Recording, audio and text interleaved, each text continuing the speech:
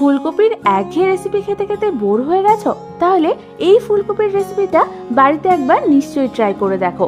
ফুলকপির এই নিরামিষ রেসিপিটা বাড়িতে বানিয়ে নেওয়া যেমন সহজ, তেমনি খেতেও লাগে দুর্দান্ত। তাহলে চলো এটা বানাতে আমাদের ঠিক কি কি লাগছে সেটা দেখে নিই। আর আমি সুস্মিতা তোমাদেরকে আমার চ্যানেল ইয়ামিরস বাংলাতে স্বাগত জানাই। এই রান্নাটার জন্য আমি এখানে নিয়েছি একটা মিডিয়াম সাইজের ফুলকপি। এবার আমাদের ছুরির সাহায্যে এই ফুলকপিগুলোর থেকে ফুলগুলো কেটে নিতে হবে।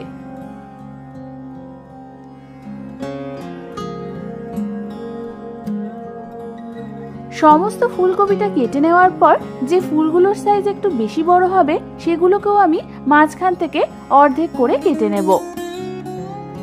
তোমরা দেখো আমাদের সমস্ত ফুলকপিগুলোই কিন্তু কাটা হয়ে গেছে।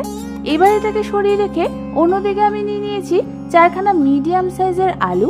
আমি এখানে নতুন আলু নিয়েছি। এবার আমাদের এই ছুরির সাহায্যে নতুন আলুর খোসাগুলোকে ভালো মতো ছাড়িয়ে নিতে হবে। ভালো মতো সমস্ত আলুর খোসা ছাড়ানো হয়ে গেলে আমি এই আলুগুলোকে ছুরির সাহায্যে 2 টুকরো করে কেটে নেব। এবার এই আলুগুলোকে ভালো করে ধুয়ে নিয়ে আমি অন্যদিকে নিয়েছি 3খানা মিডিয়াম সাইজের টমেটো।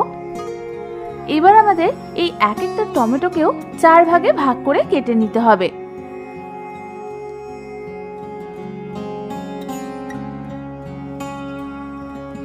এবার আমি অন্য একটা বোলের মধ্যে এক এক করে নিয়ে নেব কেটে ধুয়ে রাখা ফুলকপিগুলোকে। আমি এখানে টাটকা দেশি ফুলকপি নিয়েছি।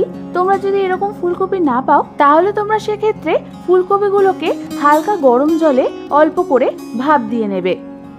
এবার আমি ওর মধ্যে দিয়ে দেব কেটে নেওয়া আলু আর টমেটোগুলোকে। তারপর আমি ওর মধ্যে দিয়ে দেব 1 কাপ পরিমাণ কড়াইশুঁটি, আর দিয়ে দেব 1 চামচ পরিমাণ আদা বাটা, 1 চামচ পরিমাণ হলুদ গুঁড়ো, হাফ চামচ পরিমাণ জিরে গুঁড়ো, 1 চামচ পরিমাণ ধনে গুঁড়ো, 1 চামচ পরিমাণ কাশ্মীরি লাল লঙ্কার গুঁড়ো, আর দিয়ে দেব 1 চামচ পরিমাণ নুন আর 2 টেবিল চামচ পরিমাণ সর্ষের তেল। এবার আমাদের এই সমস্ত কিছুকে ভালো মতো একবার মেখে নিতে হবে।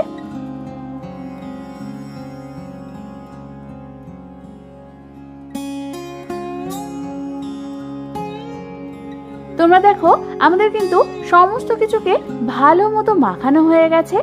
এবার এটাকে সরিয়ে রেখে অন্যদিকে আমি গ্যাস জ্বালিয়ে একটা কড়াই বসিয়ে দিলাম। তারপর ওর মধ্যে আমি দিয়ে দিলাম 3 টেবিল চামচ পরিমাণ সর্ষের তেল।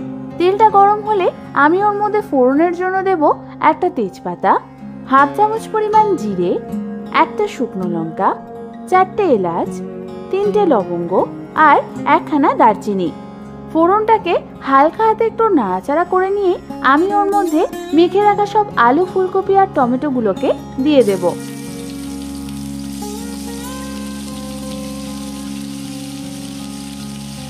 আর দিয়ে দেবো 2খানা চেরা কাঁচা লঙ্কা।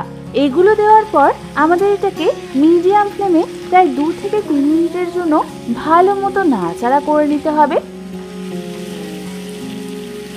2 থেকে 3 মিনিট পর আমরা যে পাত্রে ম্যারিনেট করে রেখেছিলাম সেটার মধ্যে আমি দিয়ে দেব হাফ কাপ পরিমাণ গরম জল। তারপর ওই পাত্র ধোয়া জলটাও আমি ওর মধ্যে দিয়ে দেব। জলটা দেওয়ার পর আমাদের মিডিয়াম ফ্লেমে ভালো মতো 1 থেকে 2 মিনিট ধরে একটু নাড়াচাড়া করে নিতে হবে। 1 থেকে 2 মিনিট পর গ্যাসের ফ্লেমটাকে একদম লো করে দিয়ে আমি এটাকে ঢাকনা চাপা দিয়ে কুক হতে রেখে দেব প্রায় 7 থেকে 8 মিনিটের জন্য। 7 থেকে 8 মিনিট পর ঢাকনা খুলে তোমরা দেখবে আমাদের ফুলকপিগুলো ভালো মতো সেদ্ধ হয়ে গেছে আর আলুগুলো ভালো মতো সেদ্ধ হয়ে গেছে। ঠিক এই সময় হালকা হাতে একটু নাড়াচাড়া করে নিয়ে আমি এর মধ্যে দিয়ে দেব 2 টেবিল চামচ পরিমাণ কাজু বাদাম গুঁড়ো, আর দিয়ে দেব স্বাদ অনুযায়ী নুন আর স্বাদ অনুযায়ী চিনি। এবার এই সমস্ত কিছুকে মিডিয়াম টু লো ফ্লেমে ভালো মতো নাড়াচাড়া করে নিয়ে যখন এই ফুলকপির তরকারিটা আমাদের গামাখা গামাখা কনসিস্টেন্সি চলে আসবে, ঠিক সেই সময় আমি এর মধ্যে দিয়ে দেব কুচনো ধনেপাতা। ধনেপাতাটা দেওয়ার পর হালকা হাতে সমস্ত কিছু মিশিয়ে নিলেই তৈরি হয়ে যাবে আমাদের দুর্দান্ত স্বাদের ফুলকপির এই রেসিপিটা। নিরামিষ এই ফুলকপির রেসিপিটা কিন্তু গরম গরম ভাত, রুটি, পরোটা, খিচুড়ি সবকিছুর সাথে দারুণ লাগবে খেতে। আমার চ্যানেলে কিন্তু নিরামিষ আরো দারুণ দারুণ অনেক রেসিপি রয়েছে, দেখতে চাইলে উপরের আই বাটনটা ক্লিক করে দেখে নিতে পারো। আর এই রেসিপিটা ভালো লেগে থাকলে একটা লাইক করে দিও। আর এরকম দারুণ দারুণ আরো রেসিপি পেতে হলে আমার চ্যানেলটাকে সাবস্ক্রাইব করতে কিন্তু একদম ভুলো না।